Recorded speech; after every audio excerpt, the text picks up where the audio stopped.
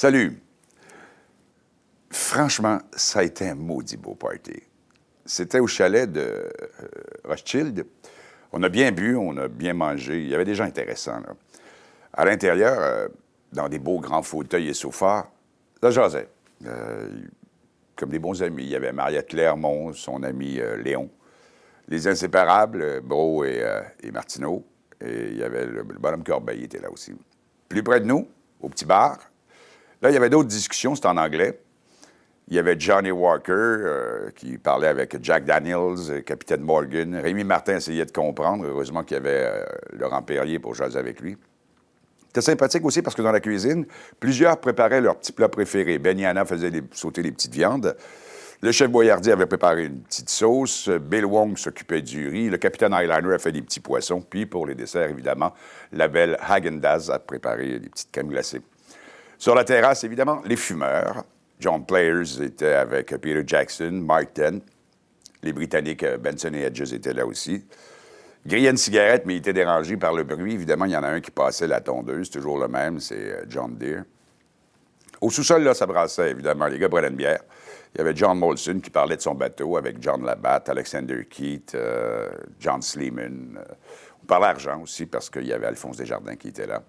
Puis pas loin d'eux, évidemment, il y avait les quatre inséparables. Samson, Deloitte et Touche. Belair était là aussi. Louis Garneau était là, mais lui faisait du vélo dehors. Parce que dehors, il y en avait deux autres qui astiquaient leur moto, là, les maniaques, là, Harley et son chum Davidson. Les autres sont fous de ça. Ils faisaient ça sous les yeux de deux vieux bonhommes qui les regardaient en riant, Henry Ford et Alfa Romeo. C'est drôle parce que dans la salle de bain, là, il y en avait deux craqués, là, deux capotés, fouillaient dans la pharmacie. Eux autres, ça, c'était Adrien Gagnon et Jean Coutu. Puis pendant ce temps-là, ben, Renaud Bré, lui, fouillait dans la bibliothèque. La musique, c'est Edmond Archambault qui mettait la musique. Tout à coup, qui c'est qui n'arrive pas dans le stationnement de la belle grande Allemande, Mme Mercedes-Benz, et son oncle, j'oublie son prénom, on va l'appeler l'oncle Benz. Il y avait aussi Mme Rose Royce, et le très distingué Austin Martin qui est arrivé également.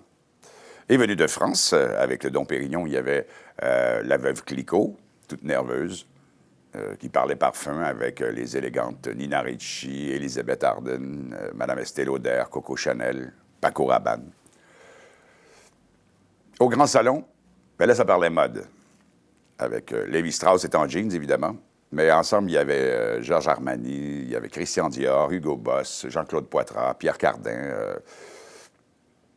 Calvin Klein était là aussi. Il est drôle, lui, Calvin Klein, parce que c'était un moment drôle, c'est lui qui l'a fait, d'ailleurs. Il nous a raconté que sa fille avait eu un blocage sexuel, la fille de Calvin Klein. Parce que chaque fois qu'elle voyait qu'elle avait une aventure avec un garçon, elle voyait le nom de son père sur ses caleçons. Ça la bloquait totalement. C'est incroyable.